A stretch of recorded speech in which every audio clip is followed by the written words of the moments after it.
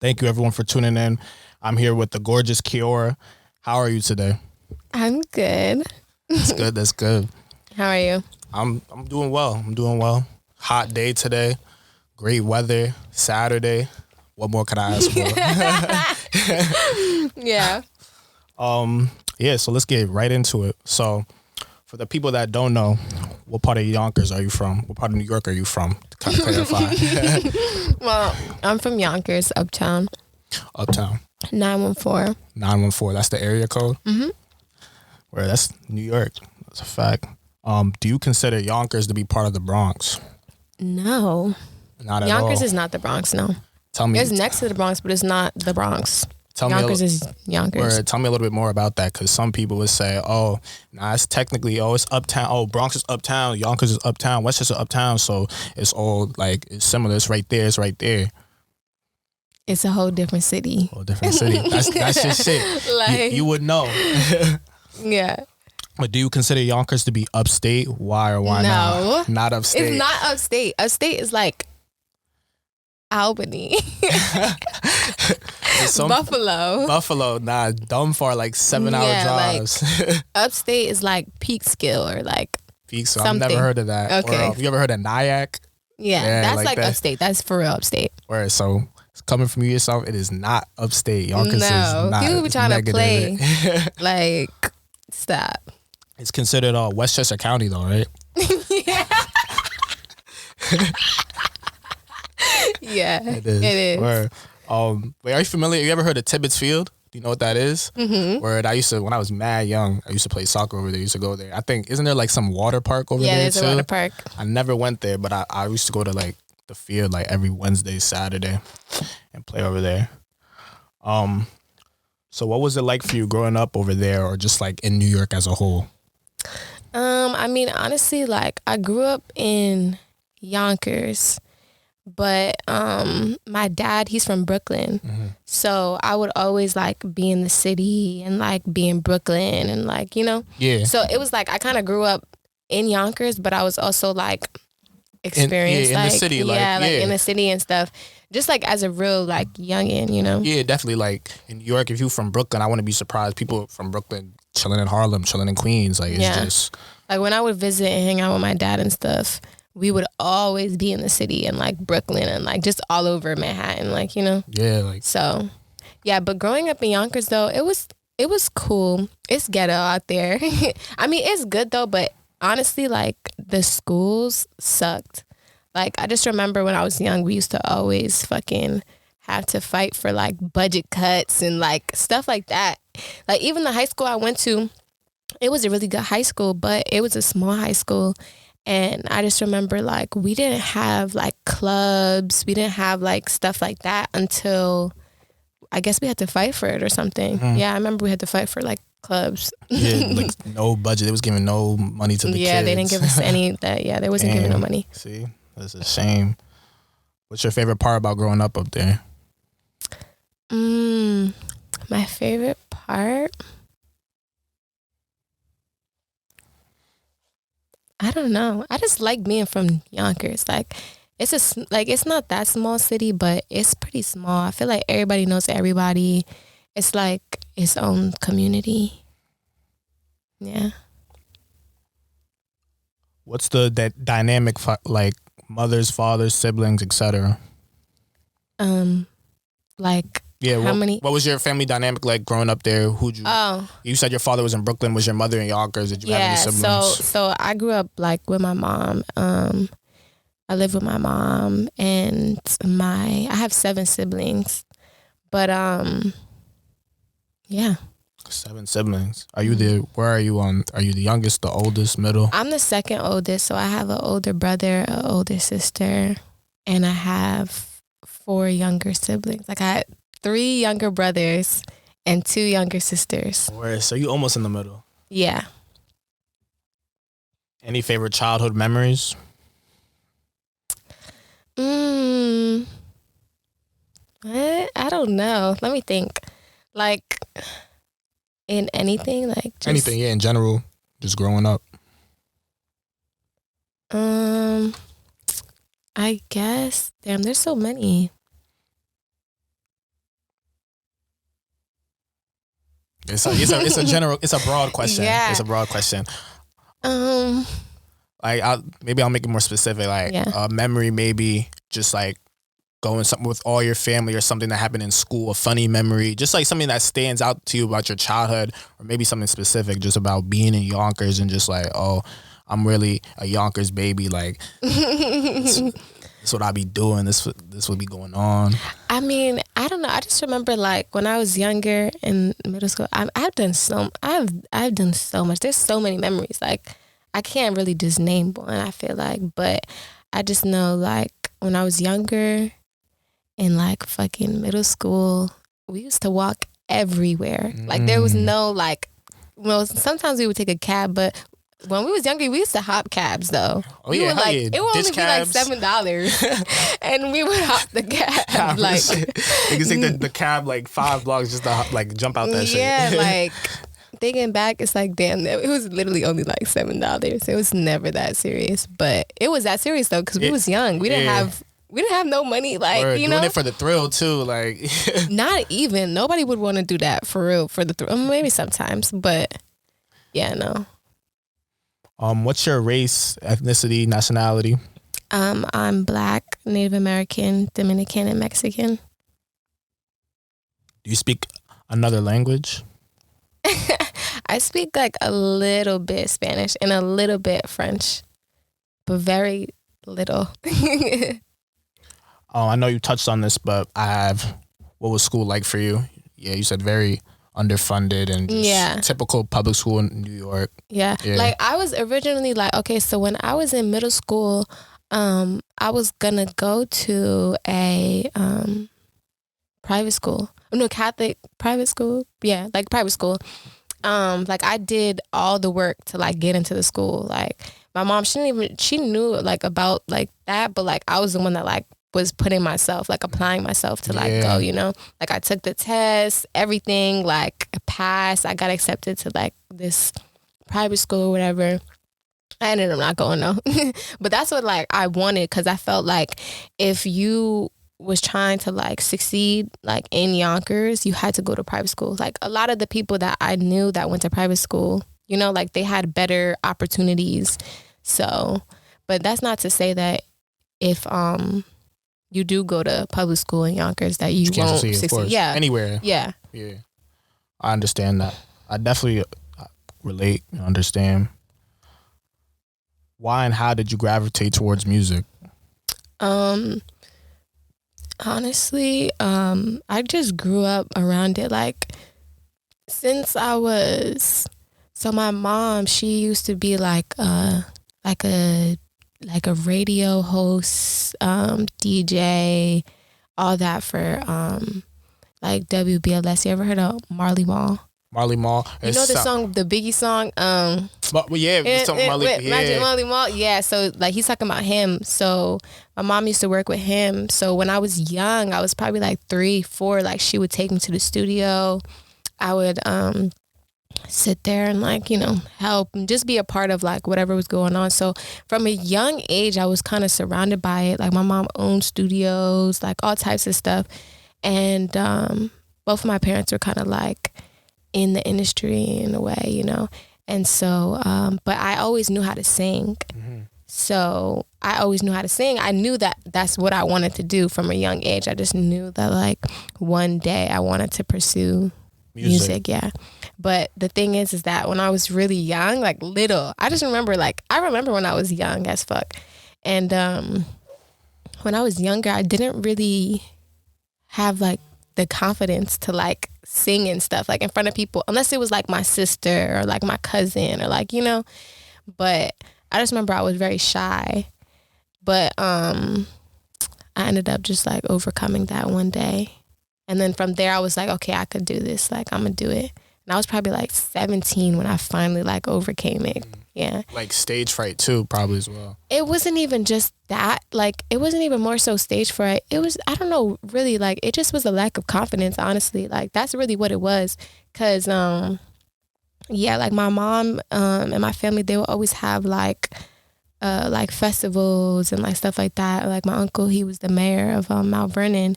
So like they would always have like things, you know, going on and stuff. And my mom would always ask me like, oh, like, are you going to perform, right? You're going to perform? I'd be like, no. Like, I'd be like, no, get somebody else. But then like one day she asked me to perform at my uncle's inaugural ball, like because he was getting into office or something. And then I sang the national anthem. And from there I was like, okay, like I could do this. That's really would be just lack of confidence sometimes. Once you overcome that, the sky is really the limit. Mm-hmm. Being from Yonkers, which rapper do you like more, Jadakiss or DMX?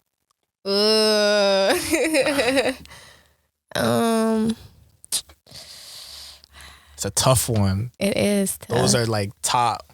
Those are top 5 for me too. So yeah, I love Jadakiss, but I'm gonna have to say DMX. Yeah, rest in peace to DMX. Rest in peace, DMX. Yeah. Yeah, that's a tough one. Yeah. Did you listen to Styles P too? Yeah. The Locks, the whole group. Favorite song by each of them? That's I'll put you on the spot. Favorite song by each of them? Okay, hold on. Or since you like DMX the most, what's your favorite DMX song? My favorite DMX song. Okay, but hold on. What about Mary J. Blige though? She is from Yonkers. Yeah, you gotta tell me you from Yonkers. Yeah. Yeah, you gotta tell me about Mary J. Blige. Yeah, Mary J. Blige. She's from Yonkers. She's from Slow Bomb. But yeah, we're adding Mary J. Blige to the conversation now. Yes. No, we got My favorite Mary J. Blige song is, I think, My Life. My Life. Yeah, that's a good one. I like that song. And like, I'm a singer, so I'm more into like R&B, of course. Yeah. She's probably talent. They're all up there, goats. Yeah. But just due to her singing and she's still, I feel like, more relevant than both of them today. And still doing stuff. Wait. Mary J. Blige? Well, yeah, but like, I feel like it's hard to say that. Well, I mean, I guess, but DMX he's gone though. Yeah. So it's like. So his legacy is a little bit different. Yeah. That's a fact. Wait, why was that funny to you? Because. Who was your favorite Yonkers artist? Me. When you were growing up, was Rough Riders influential to you? No. I didn't even know what Rough Rider was when I was like really young. Like I remember my mom would like talk about it and stuff, but I just really didn't know what it was. For some reason, when I was younger, I thought it was like a bike crew, like. Yeah, because they do the bike stuff. Yeah. They be in 125th doing that. They were just there like a couple weeks ago. Yeah. Yeah. I really didn't know until like I got older. That's a fact. Now his legacy for them to be there randomly like 2 weeks ago, that's a fact. The DMX, he's still relevant. Yeah. Of course, he's always going to be relevant. Like he's one of the greatest. He really is. How do you feel about New York's current music scene? I feel like it's oversaturated with the same stuff. Like, as far as like the drill kind of thing, you know, I feel like, honestly, it's not that creative, really. Like, there's some good artists, like, of course, but it's really not that creative. Like, it's not that diverse. And I feel like there isn't a lot of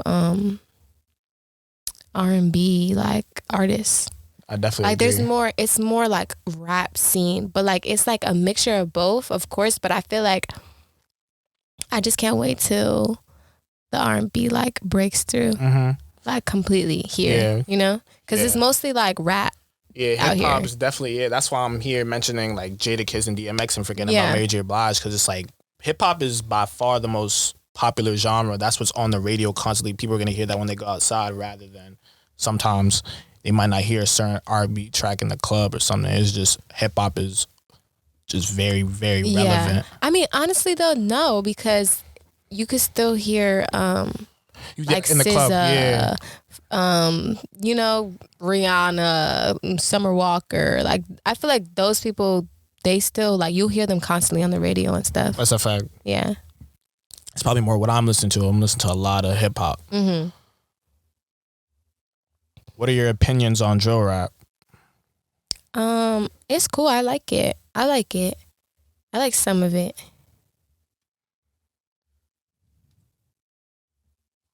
Are you familiar with some of the rap coming out of Yonkers, like Dougie B, 300, Moolah G's, Velly Vels, who's currently locked up? Yeah, Free Vels. Like, that's my guy. Where his on the radar freestyle is tough. Like, I don't listen to them too much, but that is definitely yeah, up there. no, I fuck with Vels. And who else you said? I said Moolah G's and Dougie B. Oh, Dougie B, yeah. I don't really know Moolah G's, but Dougie B, he's fire too. Yeah, I think like just thinking off the top of my head for drill, it's like 300. I think Shimi. I'm not sure. Like those are just people that I relate to that like music group. Yeah. What are some of your inspirations stylistically? I was gonna get into this a little bit later, but now that we're kind of on this topic, what's some of your inspirations stylistically with you? Like music. Yeah, music wise. Okay. I actually had I had this question later. We could touch on it later. We could touch on it now. It's fine. Wait, hold on.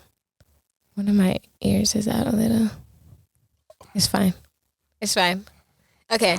Anyways, okay, so some of my inspirations, honestly, I'm more inspired by like what I go through and like the world around me and stuff. But when I hear like things that I really like I'll get inspired by it. Like you could play a song right now and like say that I just like fall in love with it. I'll be inspired by it, you know? But I wouldn't say that there's like necessarily like a person or like a thing that I'm inspired by. Mostly just my own experience. Yeah, because I was saying your music, you speak a lot about intimacy, so it's like that's is the life of an artist exciting to you? The life of an artist. I mean, yeah, I guess it's pretty exciting compared to like people that aren't. Yeah, 9 to 5. Yeah, people that are like that. But I mean, I feel like to each his own. Not everybody could do like what I do. Of course. And it's not that easy to like live your life like a rock star all the time. All the time, yeah. That's you know. A little bit unhealthy, but to each his own. It depends. It depends. If you take care of yourself. For real, it's just everything in moderation. It's tricky. Yeah. In some of your songs, you start with the ad lib. How did that start? Honestly, I just started doing it. Or it reminds me more of like how rappers ad lib in the beginning, like you stay in your shit, like this was on the track, but in like an R&B way. Yeah. So you said music started pretty young for you. You said since you were kind of indulgent it younger, so you said around 9, right? No, since I was like 4. 4. Yeah. You started going to the studio with your mother. Mm-hmm. So being in the music industry for a minute, I know you've experienced some ups and downs. What are some highs and what are some lows? Some highs. Honestly, I feel like for me, like the highs I experience is like when things just go smooth. Like when you like have a plan and you're like, okay, this is what I want to do, and it like goes through, you execute it. Like that's like a win for me, you know? Yeah. And then also like when I get good feedback, like from people that support me and stuff. And what else? Yeah, just like accomplishments, like, you know, things that I can say like, okay, like. Yeah, I'm happy that I did this. Yeah. It went well. Yeah. Like, I feel accomplished, successful just because it went well. Yeah, and even just like working with some like dope people, like I'd be like, okay, cool, like I am really good. You know, like I know, like that I'm good at what I do, but like sometimes, you know, you get that validation when you like accomplish certain things or like, you know, certain like landmarks, kind of like, oh, I got to do this song with this person. I know I'm doing something right. Yeah, like, yeah, you can exactly. look back and looking back on it is like, wow, this is a great accomplishment for me in my career. Yeah, because it's like a lot of people would wish to be in my position. Very true. Yeah. So I'm just happy, grateful. That's great. For everything. Favorite thing about the music industry? Favorite thing? Honestly, I don't think I have a favorite thing about the industry. I think it's cool to like have good relationships with people. That's all. Yeah. Like, I love to make music. That's it. Like, other than that. Yeah, like, where I feel like in the industry, a lot of relationships be very like transactional and just, I'm your friend because I know you could do this for me, and vice versa. There's no friends in the industry. That's another thing. No friends in the industry. Drake said it best. There's no friends in the industry, for real, for real. You do, like, you will, like, come across some people that are, like, you know, your friend and stuff, but at the end of the day, it's a business. Yeah. So it's like, that's it. Yeah, I feel like bottom line, really, in the industry, you just got to treat people right. Like, there's no reason for so much like backstabbing and just like lying. I feel like, just like you said before, just like the relationship you have with someone, just be nice. Yeah, one of the most important things that I have learned is that is the relationships that you have, you know. That's like very important. It's more important than a lot of things. Yeah, it's really good to value that. Mm-hmm. And then I was gonna ask, what do you hate about the music industry? Maybe you wouldn't say you even hate. It's kind of all. I hate. Wait, I could curse, right? Yeah. Okay.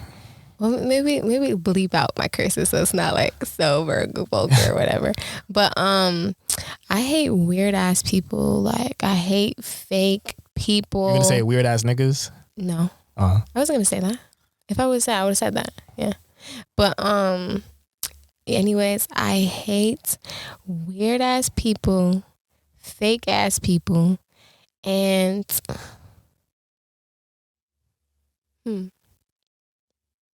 lame ass people. Nah, because people be weird, but like, it is what it is, you know? Yeah. Be weird. Everyone going through their own shit, so it's just... Nah, people just for real be weird, like, in real life, like weirdos. Like, actually. No, for real. For real, man. Yeah, like, actually. Do you have a manager, had a manager? Why or why not? I do have a manager, yeah. Yeah, explain to me what your manager does, who he is, if you want to shout him out, explain to your manager, because some artists don't, some artists do, and just like you said about relationships, like I know few artists like, oh, I don't need a manager, like we just, like for example, me doing management stuff in the past, like just that clash, because artistically the artist has one idea and then the manager has it looking at it from a business point of view, so sometimes it's clash. So I know. I mean, I think that when it comes to having a manager though, it's important to like work with someone that like has like a similar vision, or like trust, like you guys trust each other's visions, you know, because then it won't work, you know, because it's like, okay, at the end of the day, it's my career, it's my choice. So like, if I want to do this, like I'm going to do it. It's not like someone's going to tell me, no, you can't do that. You know what I'm saying? And I know that's why certain like artist manager relationships like don't work out over time. But it's also good to like listen to like what, you know, someone is saying, because I might have my reasons why I want to do something. And then if, you know, my manager doesn't agree, then it's like we could agree to disagree. And it's not more like a one-sided thing where it's like, exactly, you have to do this, you have to do that, you have to do like that. It's not that. And it's always like, it just has to be the artist's decision, like, or something they're okay with, because it's just their art. It's not like the manager got to understand that's not, they gotta go do it themselves if they feel like that's what needs to be done. I mean, but it's also not, it's like nobody really like can see your vision until like you put it together too. You know? Sure. So it's like, that's why it's important to like trusting who you're working with. Yeah, that's where it's not, the artist manager relationship is like it's very tricky. Some very successful, some detrimental. So it's just how to manage that. Did you ever have the opportunity to sign a deal or to someone? Why or why not? I've had many opportunities to sign. I haven't signed with like any labels or anything. Only because I kind of like understand like the business, and like for me it's like I want to build up my leverage and stuff like that in order to have like a good deal, because I know how things are. I have a lot of friends that are signed, terrible deals. Like I just know how it goes, so it's like I want to do it when I feel like it's right. Yeah, like crucial nowadays especially, and always has been, owning your masters, owning your work. What's the split percentages? It's a lot of things that go into total with that. What are your opinions on labels? What are your opinions on like distro deals? Like, for example, how you said it might, like, you probably have been in a situation where it's like, oh, it'd be more beneficial to me if, I reject this and do it on my own for this amount because I get this amount of money. I can have creative control. Or, this distro deal looks good because I have full creative control and they're just putting some money, but they might not be giving me in advance, but I get more of like the splits on the end, however it may go. So what are your opinions kind of like? I feel like it just depends on like how you feel, like if you want to do whatever you want to do, because like me personally, I mean, I know labels are like a good resource, that's what they are. They're a good resource. They're like a bank and like a machine that helps like push you, but you have to pay that money back. Like, you know what I'm saying? So that's why it's like, you have to be in the position to be able to do those things. Exactly. And so I just think it's important to like put yourself in the right position. Because sometimes a lot of the times labels take advantage of the artists because they're not like eloquent and they don't know what like they're signing to, so they get tricked. But is that really like taking advantage of them though? If you don't know what you're signing, like whose fault is that? But they know that's very, very true. But they know that you don't know, so they're like, but okay. It's like at this point, it's like educate yourself. There's a great point. So many like resources to educate yourself. Like that's true. If you get a deal, you should know by now not to just sign it. This is so true. But some they're in a certain situation where they might owe other people, and they're just like, oh, this advance is what I need. I don't care if I don't like whatever. Maybe I may or may not recoup after a certain number of years, but I need this advance. I feel like it's good to take that risk sometimes. I know people taking risk every day in the streets, like people take risk every day. So it's like I feel like it's a good opportunity to like have that, it's a platform at the end of the day. So what the young guy said, he said, I just needed the platform. Like, he signed a terrible deal and like, look where he's at. Yeah. So I feel like it just depends. Like you have to have a plan. Yeah, it's true. Sometimes you could maybe take advantage of the label. Just, all right, you give me this. I need this from y'all. Who would you want to sign to, or you wouldn't want to sign, period? Honestly, I have like a couple. Honestly, I just want to sign like the best deal I could sign. I want to sign to like the best label that's like fit for me. Yeah. Do you think like maybe opposed to labels, do you think like a distribution deal would something that would suit you more? Distribution deal would be dope too. Whichever one it is. Is Red Eyes your first song? Do you remember your first song and what you were singing about back then? Oh my God. My first song, actually, I get harassed about this song like every day by like one of my supporters. And I took it off. Like I took it off of everything. But that was because like I had like music up and stuff, and I like took everything down because I like changed my management. So I just kind of wanted to like do away with like the past, Yeah, I understand that. But I should never took that song down though. It was good. A lot of people liked it. But yeah, my first song, it was called Anything Tastes Good When You're Starving. It was good. I remember I was talking about, what was I talking about? Nah, that name is deep. I just remember the lyrics was like,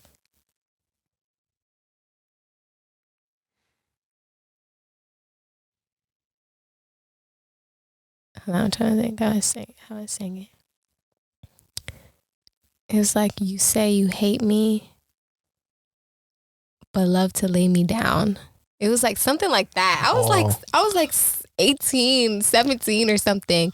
And I was just like, I don't know what I was going through at that point, why I was thinking that. But yeah, it was. I think it was, I was like, I was going through a breakup or something like that, yeah. Yeah, we got into that age you first started. But Red Eyes, that was like, I remember making that song, and that was literally a freestyle.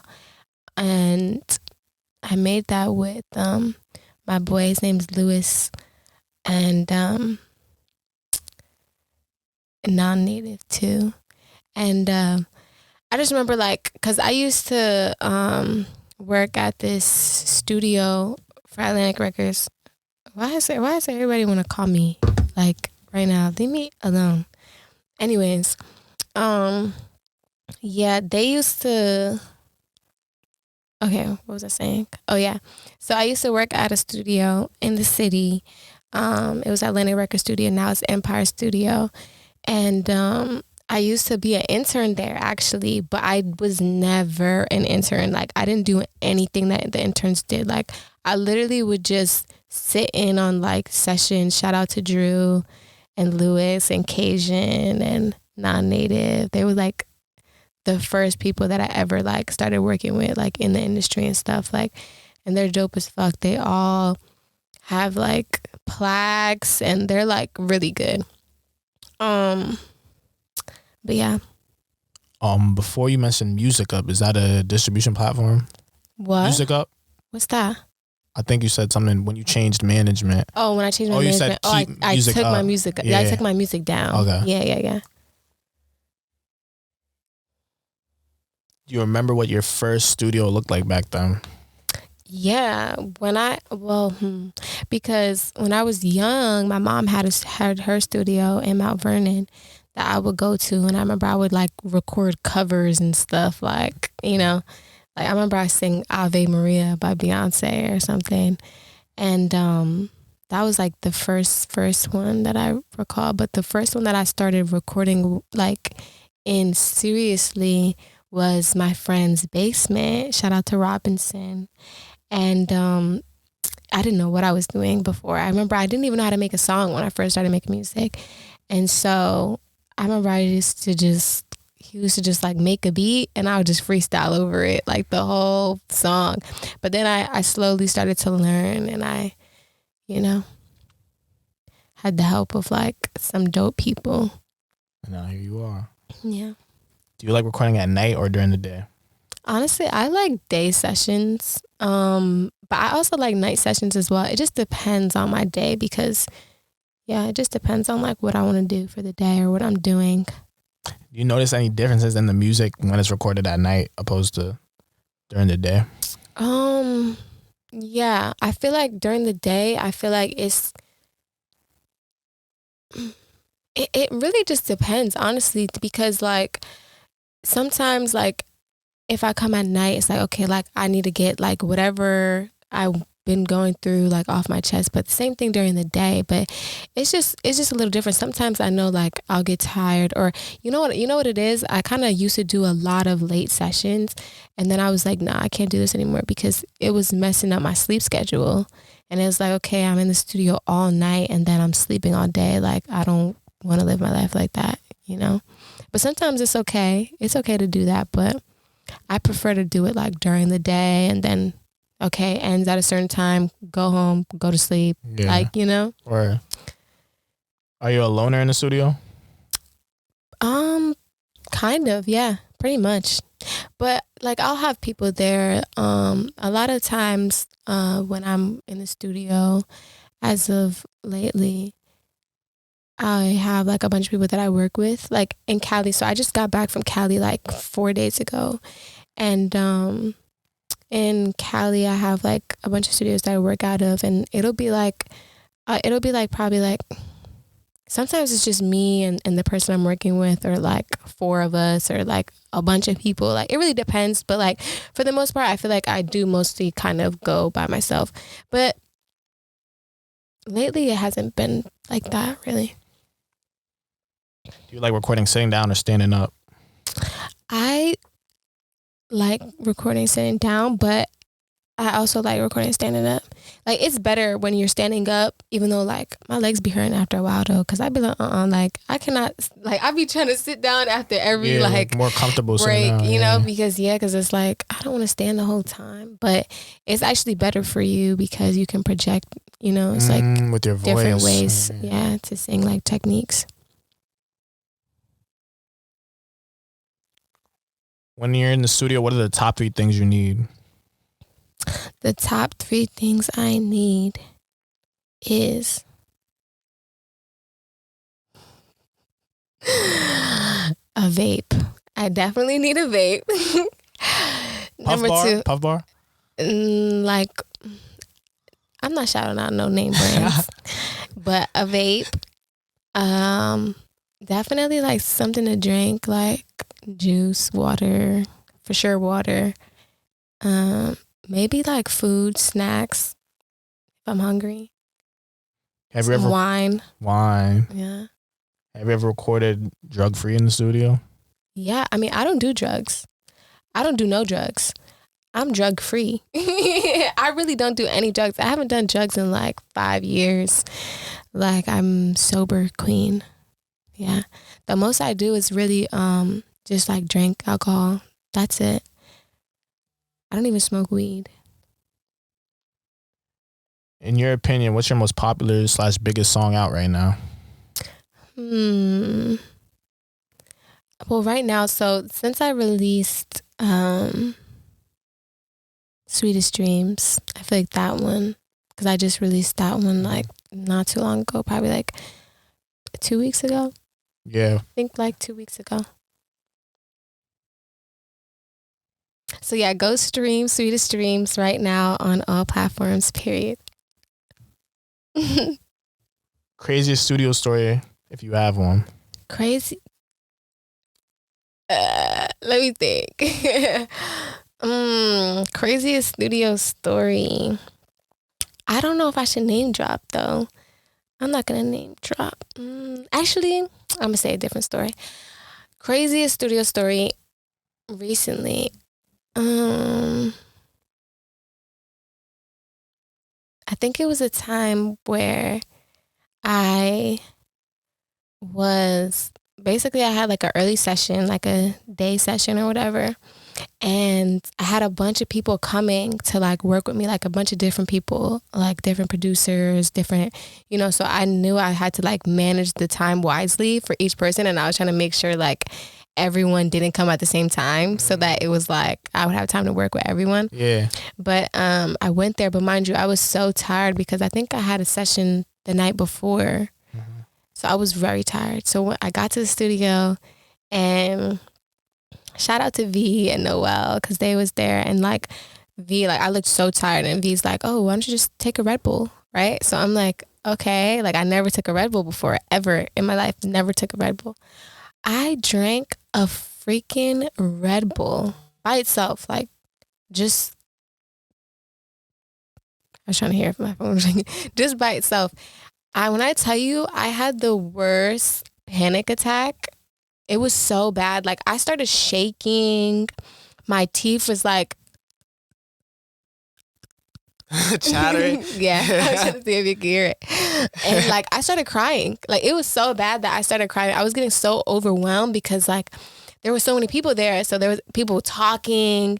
I couldn't deal with it. I was like, I can't do this. I started literally crying tears, like actual tears. Like I was having a breakdown. And I don't know. It was like my heart was racing. I'm like, what the fuck did they do to me? I'm like, they're trying to kill me. Nah, but yeah, but then they were just like giving me like water and like food to like, I guess, settle it or whatever. I had to like put some shades on and go lay down in the other room because I was like, I need like 30 minutes like by myself right now because I can't. It was bad. So if you drink Red Bull, like you're actually crazy. You're a crazy psychotic person. Like I don't know how someone can do that. No, I'm serious. I drank one earlier. You're insane. Yeah, I just wanted to be on point. I thought, shit, just be focused. No, that right there is not it. Like, I can't do no fucking Red Bull. Like, it's terrible. Yeah, caffeine is crazy. You seem so like normal though. From the Red Bull. Maybe because you're used to it. Like you I don't drink it often. It's just like I knew I was doing something that I needed to focus, be productive. So I just felt like that was gonna help me. Like, yeah. Could have taken an Adderall, maybe. I don't know. I just felt like no. Not Adderall, no. I feel like Adderall's cool and stuff. But when you come down, it's like, oh yeah, I already know. Yeah. I be wanting to take Adderall sometimes, but I stopped taking drugs. Like, I don't do anything. Like, I just don't. What I used to take it is just like for school, but like, come down, I ain't like, and I didn't like I had to take something just to do my work. Yeah. It's a dilemma sometimes. Mm-hmm. So yeah, going back, I remember you said you freestyled Red Eyes. So are you more of like a writer or a freestyler? Well, I mean, at this point, I've grown from that. You know, I don't just freestyle like at the song from the start to finish. Like I mean, there's a process, of course, that I do, but I actually don't physically write anymore. I mostly just like. How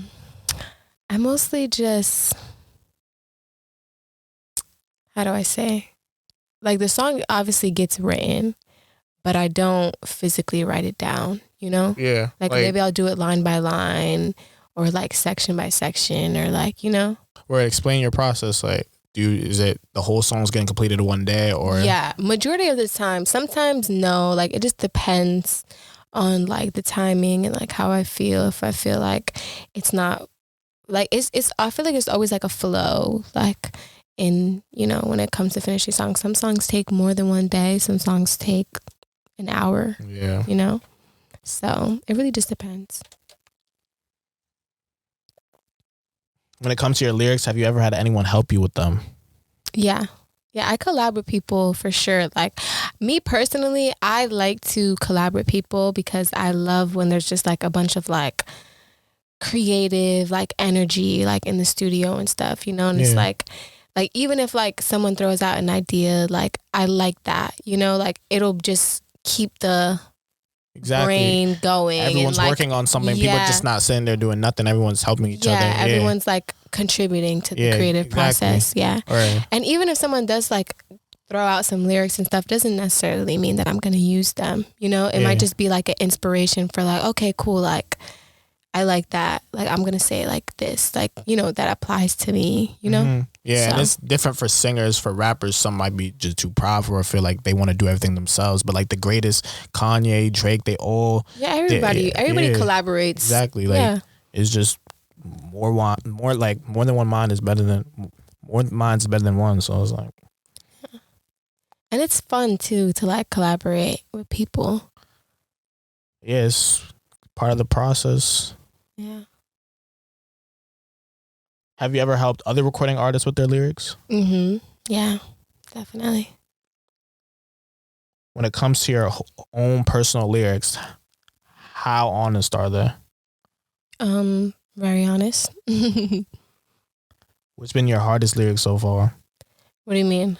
Like, what's something that a song you've wrote, a song you freestyle that you think about in your head, like, yeah, that's a fact. Like, this, I resonate with this all the time.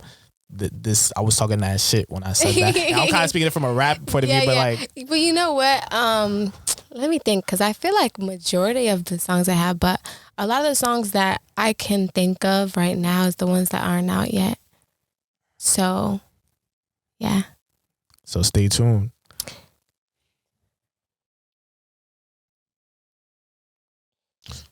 So I would say, what's your average time you spend creating a song?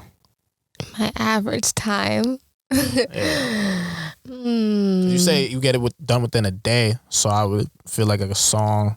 A song, honestly, like sometimes. So when I made Sweetest Dreams, right, that literally took me 1 hour. Like it was literally 1 hour. It was so quick. I didn't even think that I was gonna finish it that fast. But so I feel like it just really depends on the song. But average, I would say probably like 3 hours. When you lay down that track, like completed 1 hour, like the engineer finished everything, like it was to your approval after the hour's over. Mm-hmm. That's tough. Cause I had to go. I was rushing. I was rushing to leave. I'm like, okay. Did I finish this whole thing yet? Have you ever got an emotional recording or creating a song? Yes. There's been times where I was just freaking bawling in the studio, ask, like have you ever crying. Cried after? Yes. I be crying sometimes. I sure do. When it comes to producers, how do you find them, or do they come to you? They come to me. Yeah. I have like a bunch of producers that I work with that I love.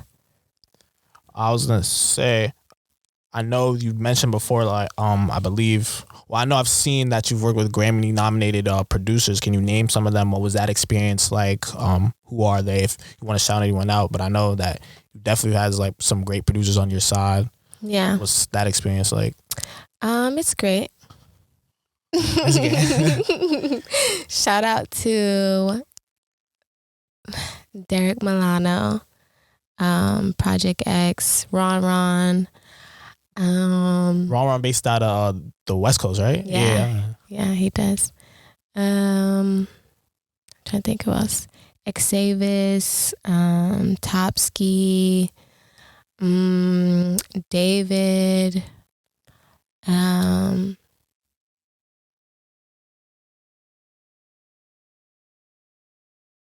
Saint.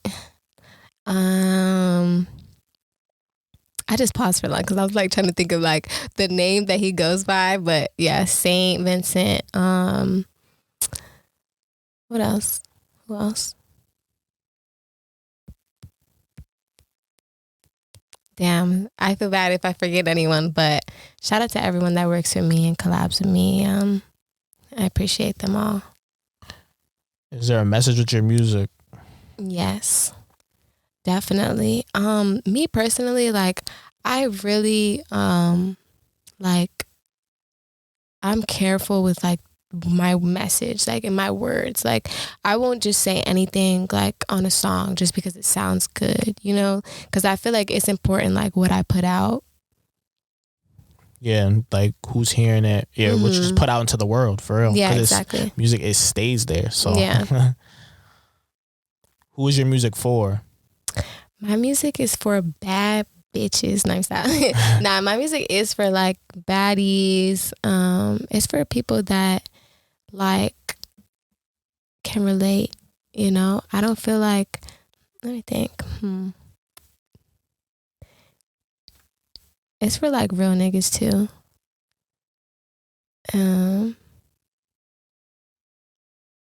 It's for people that just like it, you know? Like whoever it is. Yeah. Straight up. We spoke about Mary J. Blige a little bit, but who is your biggest musical inspiration?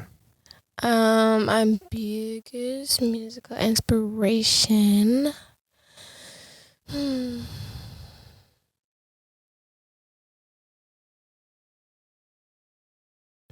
I don't know. I don't think it's like a specific person. I like all types of music. So I really like, I love Frank Ocean. I love like all the old school, like R&B. Like Brandy. Yeah, Brandy's cool. I like Faith Evans, Mary J. Blige, Aretha Franklin, Michelle. Aaliyah, for sure. That's my girl. Who else? She was, I forget her name right now. Part of Murder Inc. Ashanti, yeah. Honestly, I was never really a big Ashanti fan. I like Ashanti though, but like I just know that she wasn't like the person that like I would play. Listen to Destiny's Child. Yeah, Beyonce. Yeah. Destiny's Child for sure. Like Sierra. Like growing up, I grew up on Keisha Cole, Sierra, Destiny's Child, Beyonce, all that. Would you say I guess Mary J. Blige is your biggest musical inspiration from Yonkers? From Yonkers, yeah. What are your opinions on new age R&B? My opinions, honestly, I don't know. I feel like it's very diverse. I agree. I definitely agree. It's very diverse. I love it. It's cool. Yeah, there's many different like pockets. Yeah. Different corners of the club. A lot of it is kind of like similar though. Like I feel like depending on the artist, like you know what to expect. Yeah. Yeah. But yeah, none of it is really like the 90s. I don't know. It's at a great place, don't get me wrong, but it's just not the 90s. It's just times change. Mm-hmm. What are your opinions on the term pop music? Pop music? I feel like it's an excuse for... Actually, yeah. What's your opinion? Well, I feel like pop music is like popular music, or like what can be played anywhere and like everywhere. Yeah, you know? I agree. So I guess I feel like with these like boards, like the Grammys, and just like white people kind of in general, it's kind of used as it's like a term to use to box kind of keep, because it's like what pop music is, at least for me personally, and what it sounds like is rap beats just kind of like white singers over them. I don't see the difference. What is the difference between that and rap? Kind of why is it its own genre when it's similar? It's just the lead vocalist is more white than like for more R&B. white. Yeah, it's white compared to rap and R&B. Like that's how I feel. mean, honestly, I feel like it's good that there's a different genre though, because it's like what we want. You do want everyone to be in the same genre. Like there's no variety, you know. But I feel like it's literally just popular music though, like you said. I mean, one thing I did notice though recently too, so it's funny that you brought this up, is that like pop music is mostly like white people. Yeah. Like it's mostly like white people. But I feel like pop music has a certain sound though too. You know, like it's more like generic. It's more like catchy hooks. Yeah, like it's more like it's more like, I don't even know how to explain it, but that's rap too. Catchy hooks, all of that. No, yeah, but like it's done differently though. It's in a different way. Sonically, it is very different. Just like if like I were able to rap is more, I feel like vulgar. Like, you know, there's more curse words and more like things about, you know, like I feel like in a pop song, like you can say like the similar things, but like for example, like The Weeknd, right? I can't feel my face. I can't feel my face when I'm... Yeah, but like no one knew that was about cocaine until like people realized that it was about cocaine. But like you see the way that he's singing it, and like he's not saying it, you know, he's not cursing in the song, and like you see what I'm saying? So I feel like there's definitely a difference. Yeah. I could agree with that. Yeah. Who's your favorite artist out right now? Me. Who do you? Yeah, we talking about this. Like, who do you think has the crown? It's very general, very broad question. Who do you think has the crown in music overall? Woman R&B, rap. Like, who's your go-to top 5? Like, who's someone that you could always go to? They have a song for however you're feeling. Just like sonically, they check all the boxes. Lyrically, they check all the boxes. Like, this person is a pure artist. Yeah. Okay, so what? Hold on 1 second. Sorry. Hello? What? I'm in the middle of it right now. I'm gonna call you back. All right, bye. My bad. But anyways, that was my dad. But anyways, so it has to be like a female? Or like just in general? In general, female, male. In general, I feel like, okay, I'm gonna name a couple people. I'm gonna just name my top 5 actually. Okay, so my top 5, well damn, it has to be more than 5 though. All right, so I'm gonna say Summer Walker, Frank Ocean, The Weeknd, Drake, Chris Brown is fire too. Mm-hmm. He's actually really tough. Like he's tough. Yeah. Like, yeah. Been around for a minute too, like yeah. But like me and my friend were just talking about this the other day, so that's why I'm like really saying that. Kanye West, J. Cole for sure. Like I love J. Cole. I really love him. Kendrick Lamar, I love him too. I really love him. And Beyonce, I love Beyonce. SZA's fire too. Yeah, now that like Jenny Aiko too though. I agree too. Yeah, like she did, with that last album, that's definitely more of like a timeless. That's super timeless. Like that's a good album, cover to cover. Like it definitely gonna last long. I could talk about all those artists for hours. Like those are some goats. So I've realized you deleted some songs like "Fuck Niggas" and "Mine" off streaming. Is there a reason why you did that? Yeah. It was because those are those ones. Yeah. It was because I like was getting new management. Yeah. So I just, which was kind of like, honestly, for real, was actually really dumb. Like I should have never did that, but I did. So it is what it is now. Yeah. But like looking back, like when I was younger too. So like for some reason I just felt like I just had to delete them. Like I was just like, I'm just deleting them all. Yeah, it was just for the time they were out, and then like I wanted to do like a reset. Yeah, like, I understand why artists do that. Yeah. But so how kind of just with what you release as far as like audios, how do you feel? So for your stuff being out there, how do you feel when it's what's your reasoning for maybe having snippets, not having snippets? How do you feel about that?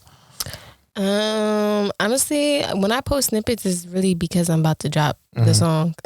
Like, or I want to see like how people react and like if they actually like it or not, you know? So.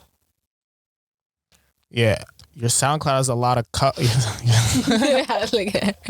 SoundCloud has a lot of covers. I remember you said you recorded a lot of covers. What are some of your favorite covers that you recorded? Like before, my favorite covers. Yeah, all of them. Ooh, you know what? I think one of my favorite ones that I recorded was the Track Star one. That one was fire. Like I really felt that one. Like.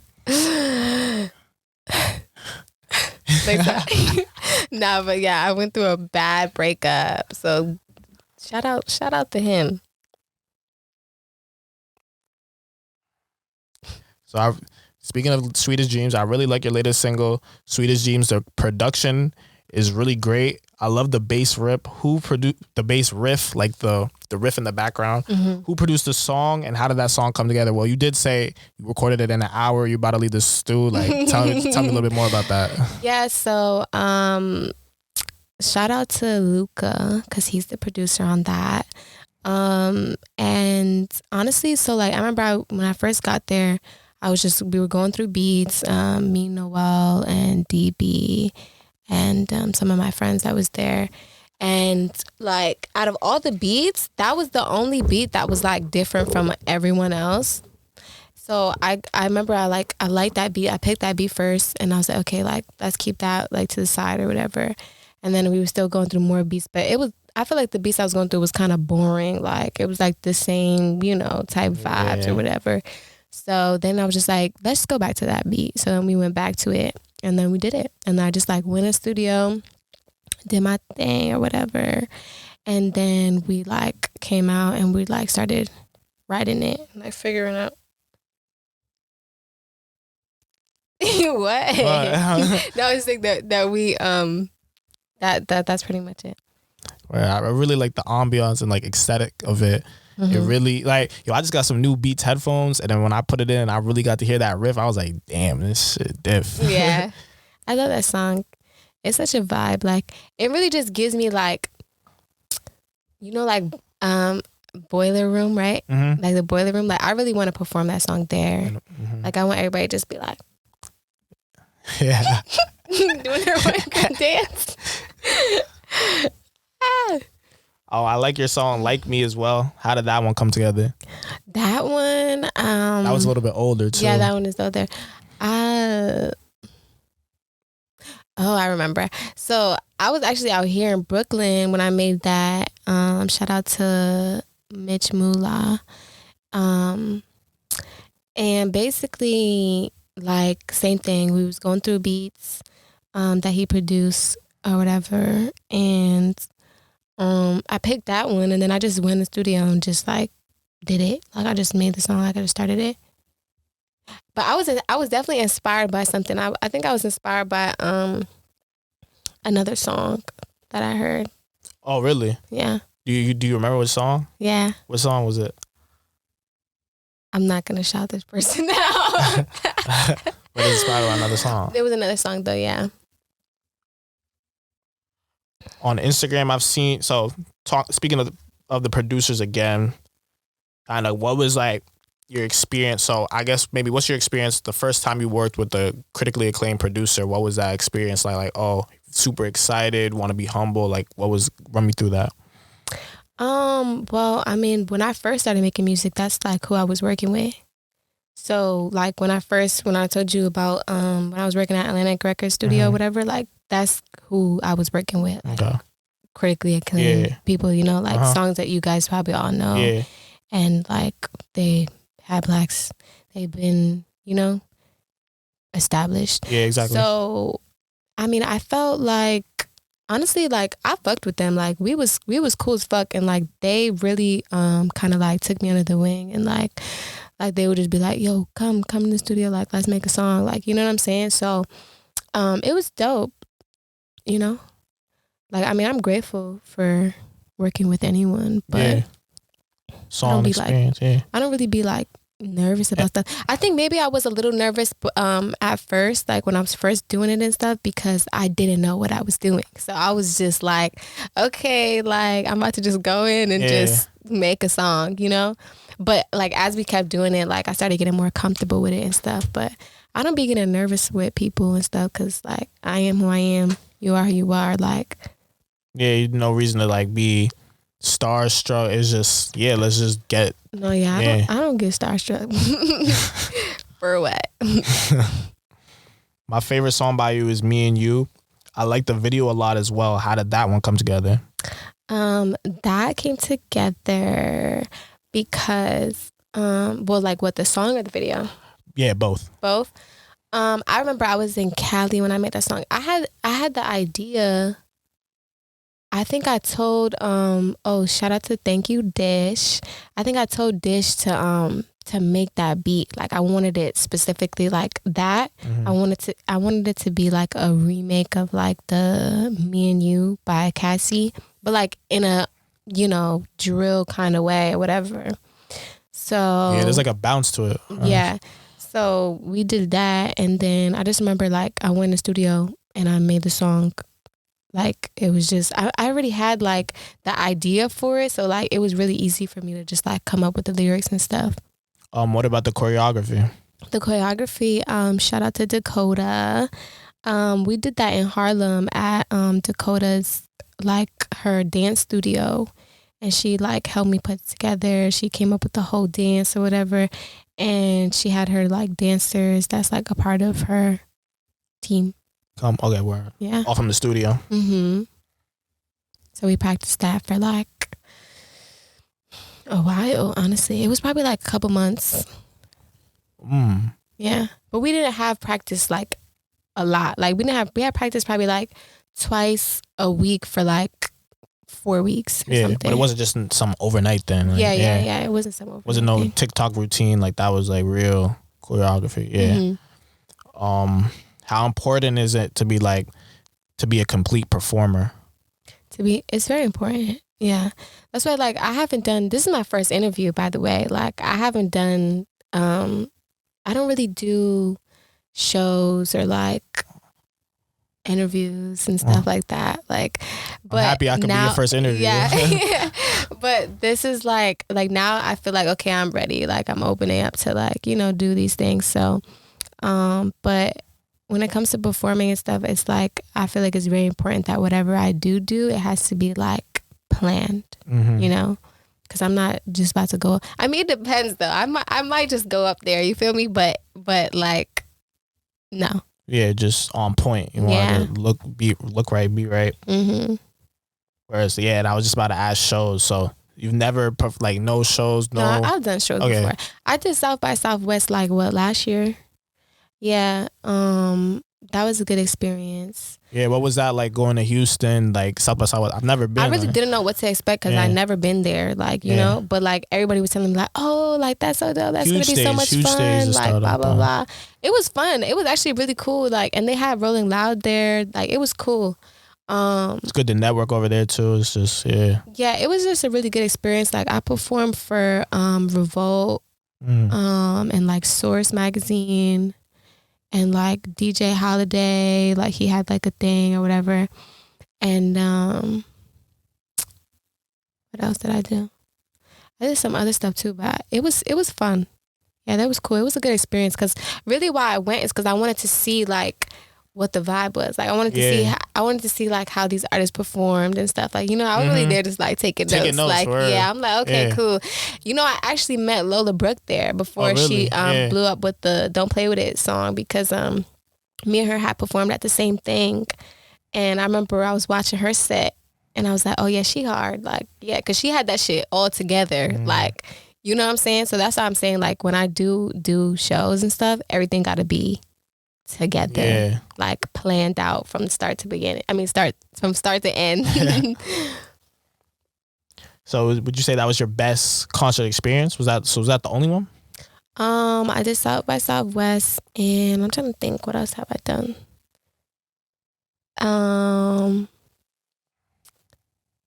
Well, that was like the planned out ones, like where it was like, okay, I'm going to South by Southwest and I'm gonna perform, you know? Yeah. So like other than that, I probably did like 2 other shows that were like random. Yeah, were they in New York? Yeah.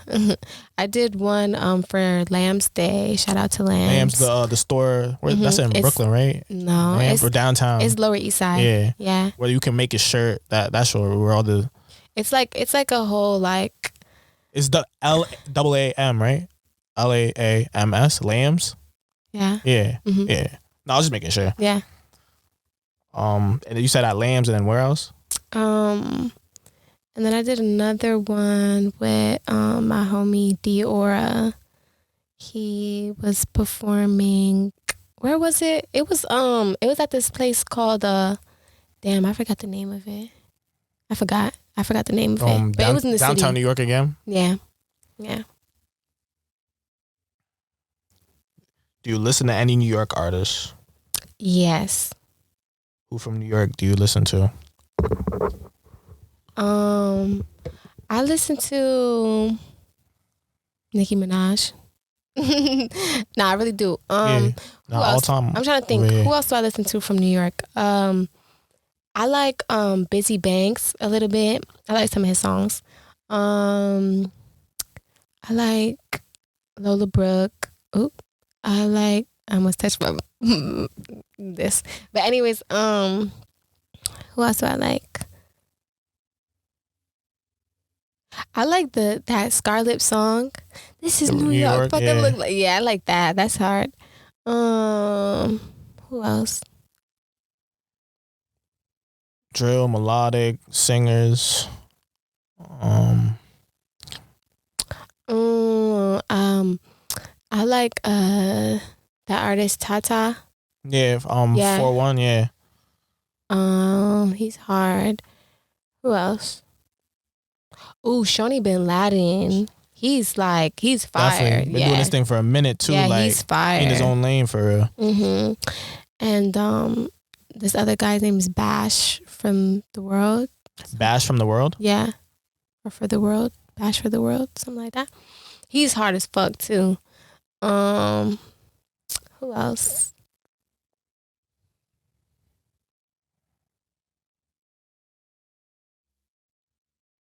I don't know. I can't think. Yeah, that's a lot already. We have quite a bit of collaborations with successful artists. Can you tell me how your release song "Go" with Trippie Red came about? It came about because basically like I was in LA for like a couple months or something, and I was out there with Takeoff's artist. His name is Daytona Fox, and we were out there like recording. We were collabing on like a project it's probably never gonna go out, but he's a singer. rapper? He's like a mixed. He's like mixed. Yeah, he's like a rapper, like melodic. Like he's dope. Mm-hmm. Damn. What is happening? All right. Anyways, what was I gonna say? Oh yeah, so okay, so basically, right, we was staying, so like Takeoff, rest in peace to Takeoff, he was like taking care of us, you know. He had like booked a studio for us for like a whole week, and we were staying in the studio. We were like literally sleeping in the studio for like a whole week, but like the studio was like dope. Like it's not like a regular studio, you know. And basically the last day that we was staying there, Daytona had dropped my hard drive with all of our music on it, and it broke. So he had to go buy me a new one, and then we had to like stay longer. So he was like, okay, let's just extend the day. Like we're gonna stay here for one more night, and so we could get all of our music from each of the computers, because like we worked in like multiple of the rooms like while we were there. Yeah. So while we were there, like getting the music and stuff like that, Trippie had walked in on our session. So he already knew Daytona, because Daytona was signed to Takeoff. So they already knew each other. But when he came to the studio, like I had met Trippie and his dog and like whatever, and like they were listening to they had played like me and Daytona's music that we were working on and stuff. So all I remember was like he was like, you know, we were just talking and stuff. He was super cool.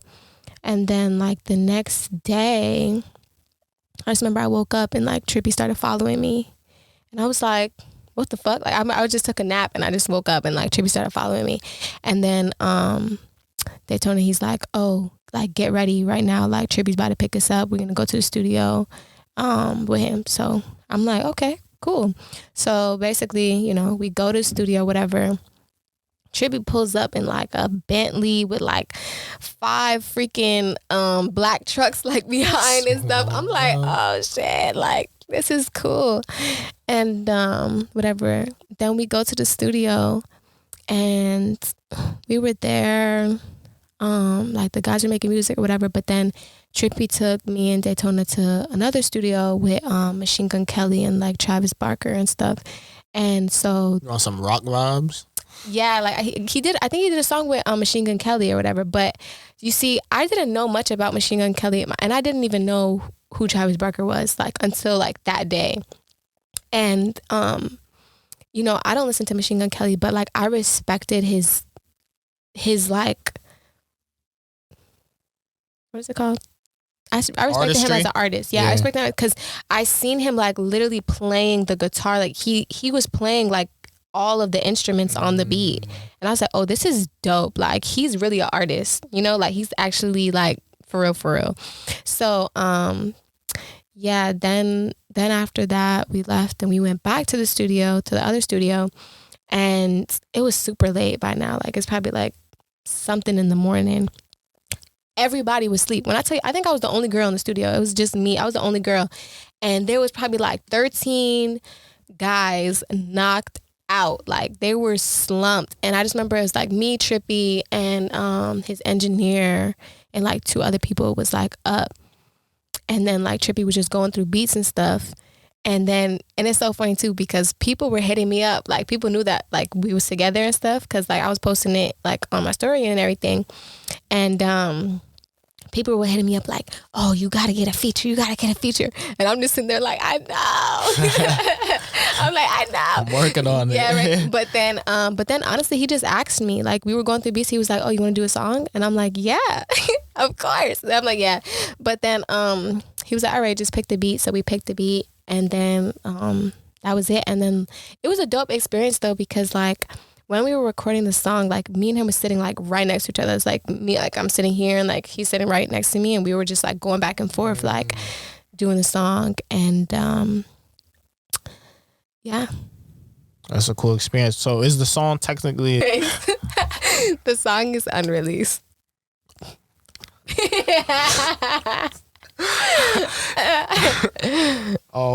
So what's your favorite Trippie Redd song? My favorite Trippie Redd song, I think it's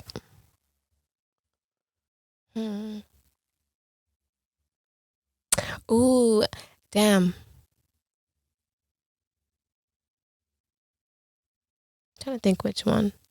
I think I'll say he has this one on like one of his latest albums. It's called Pegasus. And that song is so hard because I literally watched him record that song. Like I was like, he recorded that song like right in front of me, and I was like, damn, like he's hard. Yeah, that one's quality. He's like a really good artist. He's mad. I don't think people know he's very versatile because he can rap as well. He can rap well. Yeah. And he could like, he has good melodies. Like, I want to say I'm like a huge Trippie Redd fan, but I definitely have like a bunch of his music. Like, he's hard. He's up there. Mm-hmm. He honestly, like his thing, he can adapt with the times easily because he's creative. He like very musical. Yeah. So how did you end up getting vocals on the song Groupies by Brooklyn artist Dusty Locane? Oh, wait, what? Wait, how'd you do that? I'm Mr. Tuned In. I have to know. No, that's crazy. How do you actually know that? Okay. Well, he basically, they asked me to do it. Yeah.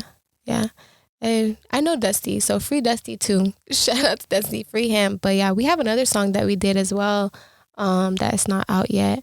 But yeah, they asked me to do it. How did you end up appearing? So you say you knew him. So that's how you ended up on the music video, Birthday by him and Harlem artist Fergie Baby. Yeah. Fergie hit me up and he was like, pull up, come. Because also Cajun, which is the one that I shouted out from before, he's one of the people that when I first started making music with. So Cajun, he's a producer, engineer, and artist. And even on that song, it's my tag. So like, I'm Cajun's his tag. Like his tag is, you're gonna need some water for this, and that's me. Like that's literally my voice. So like, it's all just full circle, That's crazy. Yeah, that's how it goes. That's crazy. Yeah. How did your song "Gotta Get It" Part 2 with Queens, Long Island artist KEORA come about? That came about because honestly, you know what? First of all, it was probably like, let's see. It was probably like, what time was it? I just remember I was at home sleeping and KEORA was hitting me up like, come to the studio, whatever. And then like they was going to be there for like hours. Like they was not leaving the studio. So I was like, okay. I went back to sleep. I woke up. It was probably like 2 a.m. or something, 2, 3 a.m. And I'm like, okay, so should I still come? And they're like, yeah, pull up. So then I came and then he did that song. And then what happened? And then like they wanted me to get on it. So I got on it and I felt like I couldn't sing on it, So like I was like, okay, like I was kind of just like having fun with it for real. Like I was really just having fun with it. And I was like, okay, this is gonna be like my first like little rap ting, like, so that's what I did. And then I just remember I was up, I finished the song at probably like 5, 6 in the morning because I'm like, okay, like I gotta finish this, whatever. Did it. And then this boy is so crazy. KEORA is like a very hardworking man. Like he has a bunch of music. He be in the studio. He'll make like 12 songs, and then he could still function like the next day. Like I don't understand. But what's it called? So then he's like, all right, like we're gonna shoot the video at 1 p.m. today. I'm like, it's 6 a.m. Like, what are you talking about? Like, I need to go to sleep. Like, I was so mad. I was so angry. And then, like, I basically went back home. I don't even know if I got any sleep. I don't think I did. I don't know. I don't think I did. But I just remember that when I went to go to the video shoot, whatever, I was so mad. I was so mad the whole time. I didn't show it. But like I definitely was angry because I was tired. Like I was so tired. And I'm just like, just going through it. But it was fun. Like I enjoyed myself. But like, when you're just so tired that you just like, I already know. Damn, how am I doing this right now? Like, so it was funny though. Yeah, I love that song. Do you like part 1? Yeah. Would you do more songs like that? Like Jersey, like club vibe? Would you do that more? Mm-hmm. I actually have a song like that I'm gonna be putting out on my first project. Oh yeah, you gotta drop that. And shit, now that you mentioned it, speak more about your upcoming project. So I'm about to release my first project. And honestly, this year? Yeah, I think I'm gonna do it this month. This month? Yeah, I think I'm gonna do it at the end of this month. July. So I'm still trying to figure out, like, cause I have a couple projects. I'm not gonna lie, like I have like a couple that's like ready. You got a lot of music that just So like I feel like I don't know which one I want to drop first, but I think I have an idea. But honestly, I'm gonna see like what other people think too.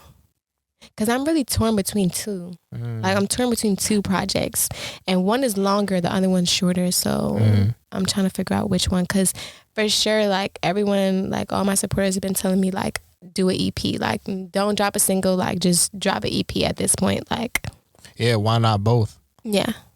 EP, like maybe the shorter one first, the longer ones. That's what I was thinking. Like maybe do it the shorter one, and then drop the longer one like August. Yeah, you know. Many ways you can do it. Since you have a lot of music, it's really just how you want to roll it out. Yeah, because then I have Going back to that video though, the style you had in that video, like the fashion was tough. Was that because it was winter? It was cold outside. Yeah. It was winter. It was like fall. I feel like it was kind of like it was kind of I don't know. Was it winter? I don't know. The song fake, like maybe it was fall. 1 years. Oh, I don't even remember. I think it was fall or winter. It was one of them. I know it wasn't too cold though, because I would have had the jacket on. I would have had my coat on. Yeah, it was like vest. Nah, it was tough though. That shit was tough. Is style important to you? Yeah. Honestly, I like fashion. Yeah. Any fashion inspirations? I feel like some of my fashion inspirations are, what is it called? Hold on, let me look at my Pinterest real quick, because it has an actual name for it. Hold on, let me look for the actual name. Actually, do I want to tell y'all? Oh, you don't want to give up the drip. I don't even know what to actually call it for real. Wait, but there's a name for it. Let me see. Let me see if I could find it. I don't know. I really like little like vintage pieces, or like things that complement your body. You know, like I don't know. I don't really like streetwear that much, honestly. Like I used to, but like I don't like it. I think I like it in a way that you look like a lady. You know, I like that. So like like tees with graphic tees with Matt writing over it, sneakers, like that type of streetwear. I like that sometimes, like on a chill day, I guess. But like I feel like I mostly like looking like grown and sexy. Yeah. Or just like a lady. Yeah. Like skirts, dresses, like, you know, stuff like that. Yeah. What are some of your favorite brands? Some of my favorite brands are, this is probably going to be like, girl, but honestly, IMG, they be having some cute stuff. I've heard of that. Yeah. Kind of, IMG is fire. But I also like, let me think. So Cavalli has like nice jeans, like pants and stuff. That's like, fire. Roberto Cavalli, right? Yeah. I also like True Religion. Truly. Like that's fire. I feel like everybody likes True Religion. Yeah. Girls look good in True Religion jeans. Yeah. What else? Like designer, luxury, high end. Yeah. I'm trying to think. Honestly, like I'm not like a real like label whore. Like I just like what I like, you know, like but honestly, majority of the things that I do like happen to be like expensive. Yeah, it'd be like name brand stuff. But I like Prada. Prada's fire. What else? Like, so I see like minimalist kind of stuff, like not too loud, but just like quality stuff. Yeah. Yeah. But I also like I like the girls that be like creating like their own pieces and stuff. Like I fuck with that. Yeah. How important is it to you to change your look and keep reinventing yourself as an artist, and why? Honestly, I don't even know. I just feel like me personally, like, I'm a person like that evolves and grows. So like how I may look right now is how I may not look tomorrow. Nah. I like this look though. I feel like right now this is, you know, what I'm keeping. But I have like experimented. Like I did pink, like that pink hair with the pink brows. I did blonde. I did all that. But I think it's fun to experiment and stuff and like change up your look. But definitely, like, yeah, just progressing, keep progressing. Is there anything else you would like to tell the viewers? I would like to tell everyone to stay true to yourself. Don't listen to what people say, you know. It's always good to have insight, you know, but at the end of the day, always trust yourself and know that, you know what's best for you at the end of the day, and always do that, what's best for you. Don't compromise for other people, and don't settle. Straight up. Because bad bitches don't settle. And I don't settle. So you don't settle. Thank you, KEORA, and thank you for tuning in. Yay. Cut.